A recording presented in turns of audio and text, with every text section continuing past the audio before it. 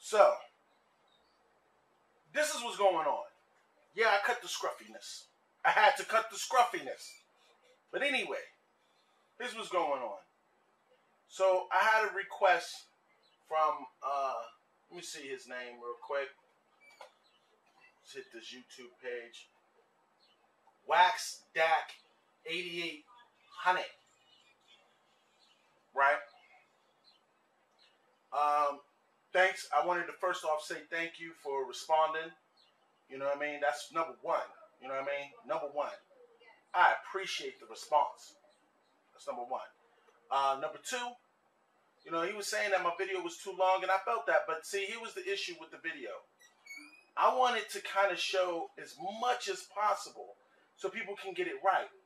So sometimes I'm going to do a really long video and then a shorter video for those who just need the bare basics. You feel what I'm saying?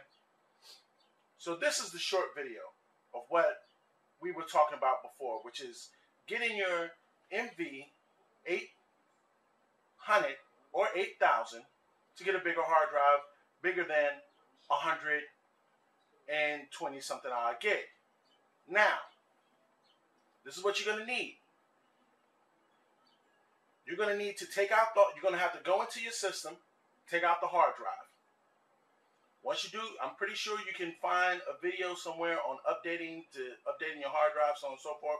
Unscrew the screws, that part's not a big deal. Then you're going to need a computer. That was number one. Undo the hard drive, get the hard drive out of the system. Number two, you're going to need a computer with an IDE port. You're going to need an IDE cable, and you're going to need to plug that hard drive into that computer. Now, don't do it with the computer turned on. Please, you're going to blow the damn thing up. You're not going to be able to function anymore. So please, error caution. You know what I'm saying? If you saw my last video, you know what the IDE port looked like. Hopefully. If not, you can do that online. You can always type in IDE port just to kind of figure out what it looked like. You need an IDE cable. That's not a big deal neither. You can always type in IDE cable to see what one looks like. It's not a big deal.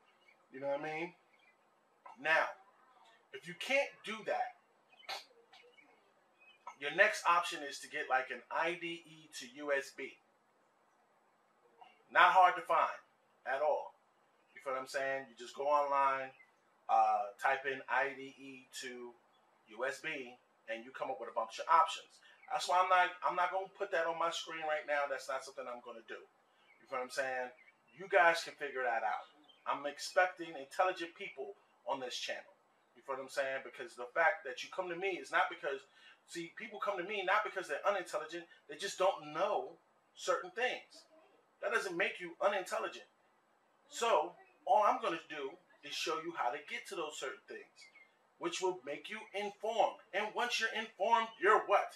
Intelligent. There we go. Yes. So, yeah, I know it was kind of weird. It's all right. You know what I mean? I joke a lot on my channel. So if I say something stupid, don't mind me. I'm retarded. I'm going to tell everybody that I get retarded. Mad smart, but retarded. You know what I mean? I like to say stupid stuff. You know what I mean? All right. Now, what we're going to do, right? So since we got all that out of the way, you're also going to need a program called GUI format.exe. Search for it. I'm not going to tell you where to go get it. I would be nice, but I think it's time for people to understand that if you use the internet properly, you can find these things. Actually type in GUI format.exe. It's not a big deal. Now, after that, you turn off your computer. You connect the hard drive. Yes, you pulled it out anyway. You get a second hard drive. Now, your second hard drive, whether it be a Seagate, Western Digital, those are the two main that most people use. I think there's other hard drive manufacturers out there. I've seen Toshiba has kind of got into the hard drive game. But, you know, Seagate, Western Digital, those are the main two anyway. Now, oh, there's another one like Hitachi or something. You know what I mean? But the reason why I said Seagate and the reason why I said Western Digital is because they have a program called Disk Wizard. You're going to need to go get this program. Now, peep this. As long as you have either a Seagate or Western Digital in your system, okay, you can use this program to, guess what? Clone that drive. When it clones the drive, it's going to make it bigger. It's going to say, okay, what's the destination? Oh, it's this 40 gig drive that Roland put together. That's not all that.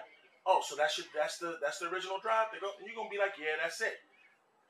Then you're gonna click on. Then it's gonna ask you, hey, what's the destination drive?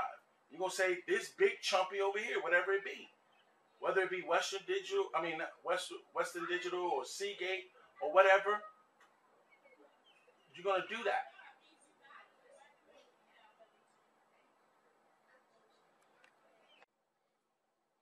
So, sorry about that. I'm back. I had to I got kids, man. You know what I mean? So, I had to, tell them, stop yelling. But anyway, so, basically, once you get that program, Disk Wizard, and I don't know if Hitachi has it, because Hitachi has been making hard drives for a long time. Maxter probably has a version of it. You can go online, I'm pretty sure Maxter has one, Seagate and Western Digital, all three of those definitely have it. I don't know if Hitachi has it, and I don't know if, I think the other company was Toshiba, because they've been making hard drives recently. I don't know why, but they have been. So I don't know if Toshiba, and I don't know Hitachi, but I do know Western Digital definitely, and I do know Seagate definitely. Maxter probably has something or something similar to it. And basically, when you clone when you tell it about the first drive, you go tell it about the second drive. And then the second drive is going to say, hey, is this the destination? You know what I'm saying? And once you tell it the destination, it's going to be like, okay, well, hey, this drive is bigger than that drive. I'm going to take the format from the first drive and make it as big as the second drive. That's the secret to that. Here's another thing. Any file bigger than 4 gigs can't go on. Are you ready for this? Will not work on a FAT32 file system. FAT32 file system is the file system that PlayStation 2, PlayStation 3, maybe Xbox as well, and the MV, they all use FAT32. That's the file system made by Microsoft. I'm not going to go any further than that with it, but that's what it is. Once you tell the computer, once you get the program and then you tell it the actual drive and then the one that it's going to, it's going to sit back, it's going to do that. You can check out the first video. Hopefully it's in a link somewhere around here. I don't know. Hopefully I put it up. But if not, you can always go back, subscribe, and go through my joint and find the video. It's recent, you know what I mean? So anyway, once that happens, you put your drive back into your computer. Guess what? Windows and Roland, or I think it's more has to do with the actual. It's either Roland that did this, or it's Windows, but I'm more thinking Roland. They made it where once the drive is bigger than 120 gigs, you put it into USB and try to connect it to the computer through Windows, you're going to end up having, the computer's going to try to tell you, okay, hey, format this drive. Okay? So to prove that, mine's already big. So to prove that, I'm going to turn on, well, my MV's already on. I already have it connected. So what I'm going to do is I'm going to go ahead and tell it to connect to the computer, and you're going to see some stuff, boom, boom, bam, why that, you know what I mean? So here we go. This USB. You probably can't see my other monitor though, because I got this one tilted, but this is my other monitor here. Yeah, it's green. That's just how I wanted to get down.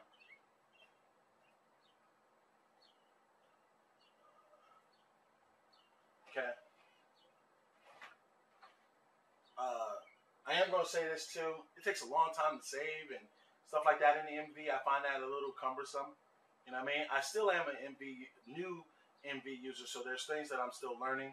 But because of the technical aspect, I already understand some things already.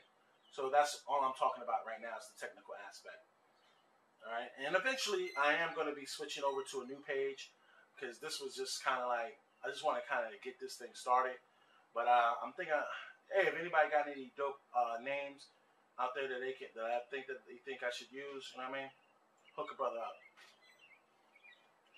Right now, it's asking me to save the current project that was on there. I do have something on there. That's the only reason why I'm saving it. If it wasn't something on there, I wouldn't have done that. Fago, Power Champions. Feel the ginger realness. The ginger realness. The gingerella. Yes. Yes. Gingery. It's still going. It's slow as hell. From a technical standpoint, it says it's done. Ah, you heard that? That doo-doo. That was my computer getting connected. That was the MV getting connected to my computer. So we should see something in a second. Drop this down. Yeah, I use Magic Jack. Don't worry about me. Don't worry about that. Ah, see? It says you need to format the disk in Drive K before you can use it. That's what happens. Now, if you hit format, right? See, it says, do you want the format? Say I hit format, right?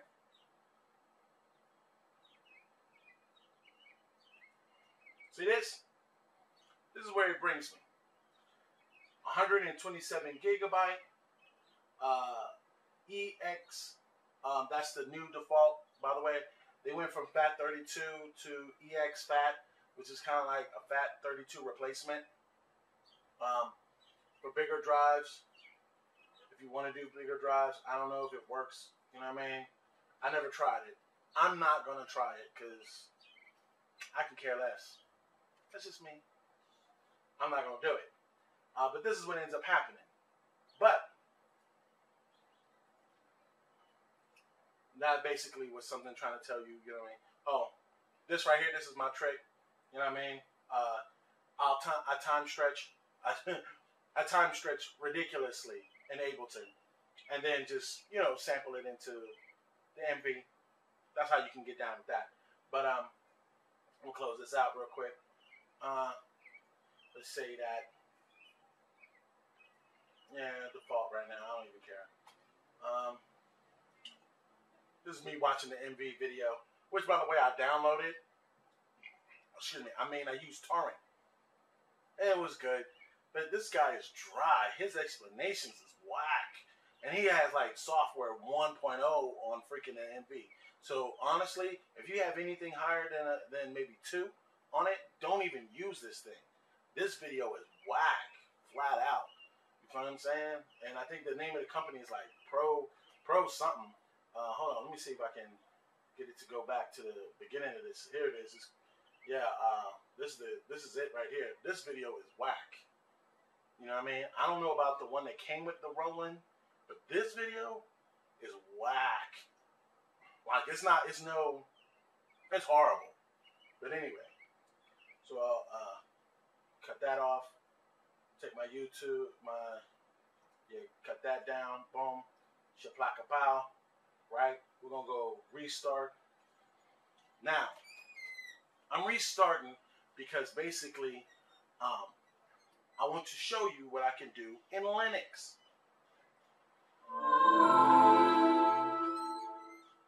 Bye-bye, Windows. Now, I think his name is Wax Dat 8800. He basically was like, "Yo, you got to use Linux," and the answer to that question is yes. I know that sucks on some standpoints. I can understand cats being like, "Oh, that is so whack," but at the same time,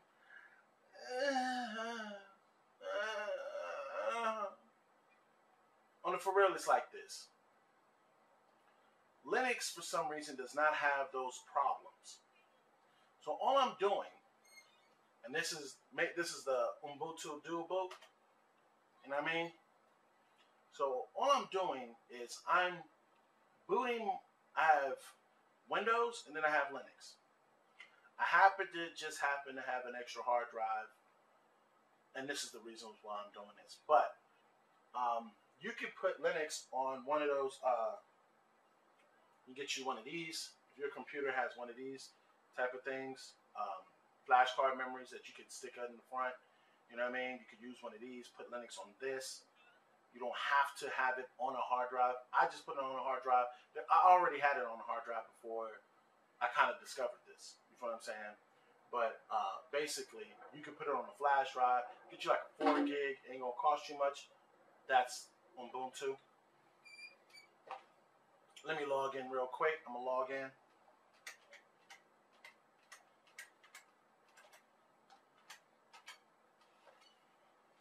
So,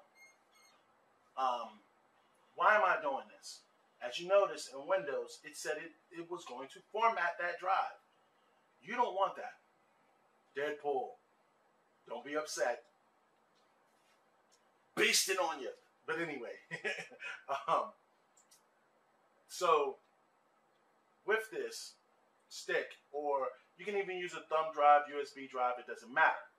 You can format it, put Linux on that, and you can run Linux what's called live mode. By running it in live mode, you can have it on the flash drive, and you won't have to put it on your hard drive at all, and only use it when you deem necessary. Now, I'm gonna turn the camera a little bit that way. Now, you see this side over here? This is Ubuntu. And this is the way they do it in Ubuntu. Now, this first icon up here is an icon of looks like a file cabinet. That's kind of exactly what it is. It lets you go to your kind of like file editing. No, it's not a file editor. It's more. It's file cabinet kind of situation. You can go in there and you can check everything out. You know what I mean? See what drives is on what. Let's do that right now. So I'm gonna double click that. Boom. Gives me my home. I'll move it over. Right, and you see this right here at the bottom here. Notice it says mv8000 under dash small dash HD. You can click that.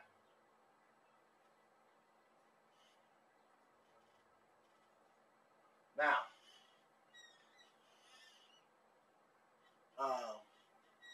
I am going to tell you this. I don't know what the hell's going on and why this stuff is so slow.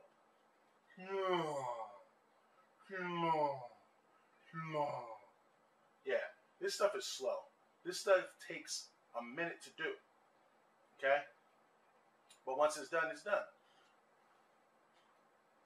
I normally end up clicking this thing at least about 3 or 4 times before it actually opens up.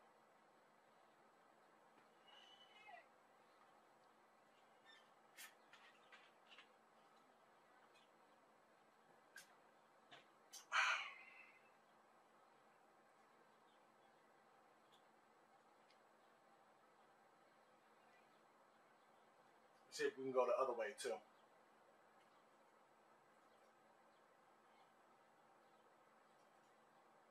See? For some reason,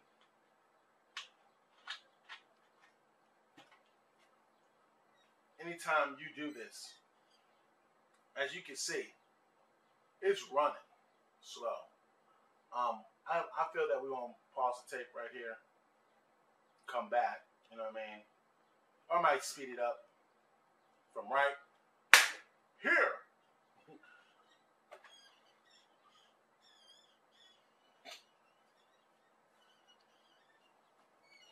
Ah! See? Told you it was slow. Now, this is my MV hard drive. I gotta close this folder here. I'm gonna close this one. I'm gonna close this one. I'm gonna leave that one up. Close that one. Close that one. And bam! Block up, bam. There we go. This is my MV hard drive. This one right here. I told you, it will work in Linux. This is the reasons why I said to get the Linux. Now I'm going to turn this a little bit this way. That's why it's being so stiff. Okay, there we go. Okay. So, here's the issue. After you did all that stuff, the only way you're going to be able to drop files is by getting a USB stick put some Linux on it. It doesn't matter. Ubuntu just seems to be the easiest one. You don't need Ubuntu to use your sound card. You don't want to use it to do nothing else but drop files from your original hard drive onto your MV. That's it. That's what I'm doing. I use Linux. Am I like going pro Linux? No. That would be a mistake. I'm not sitting here saying that you need Linux for anything else besides dropping these files into your MV. Is it a sacrifice? Yes. Am I currently looking for a workaround with this in Windows? Yes. As soon as I get a workaround for this in Windows, I will report about it. I'm going to let you know. I'm going to tell you what website to go get that. And we're going to get it smacking. So if anybody got any things out there, let me know. Yo, I'm with it. Help is help. You know what I mean? Any Linux guys out there that know anything that I can do in Windows so I can be able to look at this hard drive and keep it pumping without having to go into Linux, that would even be more smacking. You know what I'm saying? But as of right now, what's today? What's today? Oh, May 19th, 2013. As of May 19th, 2013, as of today, I don't know of anything that's going to do this. So, here's what I'm saying to you. Go ahead, put Linux on the files on a little thumb drive or whatever. Do what's called live. You want to do what's called a live install. I mean, you don't want to install it. You just want to put it on that drive. You want to run it live, which means like it uses all your hardware without being put on your hard drive. That's all it is. And you'll be able to do this. I do both. Because I'm kind of like, as a technician, not as a musician, but as a technician, I'm trying to consistently find ways to do things easier. That's just me. I'm also looking forward to when Linux gets to the point where it takes over the music market. I personally feel that if Linux really wanted to, it could take over the music market. Will it? No. Not as of right now. Because of a couple of good reasons. One, no support for third-party sound cards. Meaning all your professional sound cards that you would use for audio is not going to work in Linux, except for a couple. There's very few that will work in Linux. And the thing about Linux is, if it doesn't know it, it won't use it. Sorry, it won't try to put no type of file on it or anything like that to try to get it to work. It won't do it. It'll be like, no go. It's done. That's just what it is. Why do I think Linux can take it over? Because of one simple reason. Because Linux is cheap. And if they ever get their stuff together with the just sound cards first. If you could do sound cards first, controllers second, cake off. It would cake off. Easy. Because there's several different programs that they have out there for Linux that will do things like Pro Tools, Fruity Loops, and so on and so forth. These programs are already free. But the problem is that you guys don't have any support for sound cards, major sound cards. You know what I mean? The sound cards that come on the motherboard are not major. They're whack. I need to hook that up. Matter of fact, hell, I'll even help beta test. Somebody's got to help. I'm telling you, like, this is ridiculous. But this is the only way you're going to be able to see a bigger MV hard drive in your machine. Now, you can use, like I said, you can format it in Windows. You can do all that stuff in Windows. Hell, what I did originally is his was crazy. When you take your hard drive out and put it in your machine, it'll read it fine. It only has a problem when it's back in the MV. That's the reason why I said I think it's a rolling thing. Because when you format it, FAT32 with Windows, it doesn't have a problem with it. If it had a problem with it, it would have said it so right then and there. It has a problem with the fact that, hey, once it got into this bad boy and it's using the USB and all of that jazz, then it comes up with a problem. So, unless someone else can explain that to me, I'm going to go with rolling fucked up. That's me. There's no slight on Roland. Roland's a good company when they're not fucking shit up. This is a consistent thing with Roland. I'll explain myself. And so all you Roland people out there, this is my main complaint as a customer.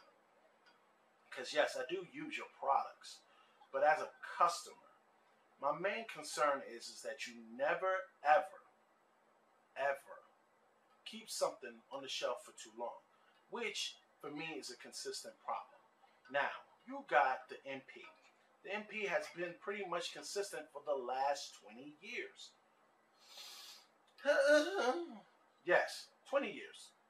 Like, if we, what, 85? Well, almost 20 years? You feel what I'm saying? Almost 20 years? No, 20 years. Yeah, about 20 years. Yeah. 85 to 95, then from 95 to 2005, yeah, so it's over 20 years.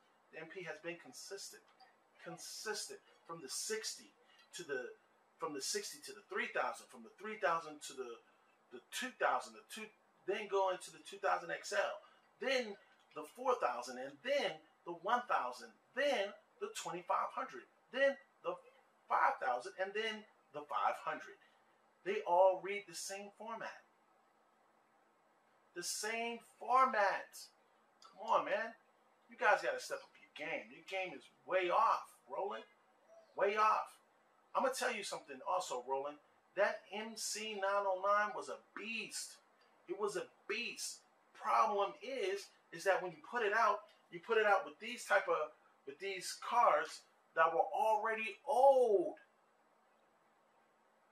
Version 3, I think it was SG version 3. It was like they were already old when you put the machine out. They were already gone. They were already on their way out. It's hard to find these little cards now. I'm talking about for the MC909, because you got to get a version 3 card. People don't even look at the version no more. Then the manufacturers don't even print what version it is anymore on the freaking. When you go to Radio Shack and you pick out a card, you don't get, oh, this is a version 15. No, it doesn't even say that on the packaging no more. You know why? Because computers don't care. Which means, why are you going to manufacture something that only reads a version 3? It's stupid.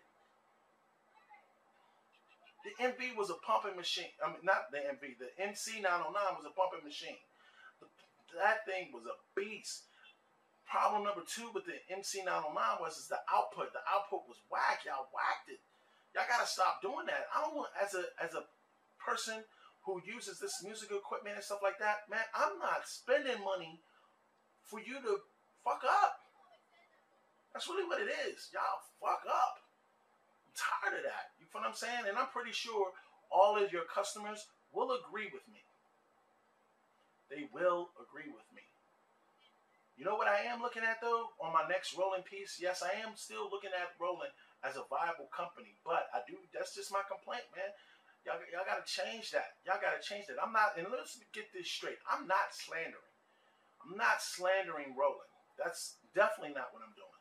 Roland made some of the dopest machines that put some of the best styles of music on the map. If it wasn't for Roland, you wouldn't have the 808, the 909, the TR606, the TR505, the 707. You wouldn't have the 303. Therefore, you wouldn't have hip hop, and you wouldn't have house.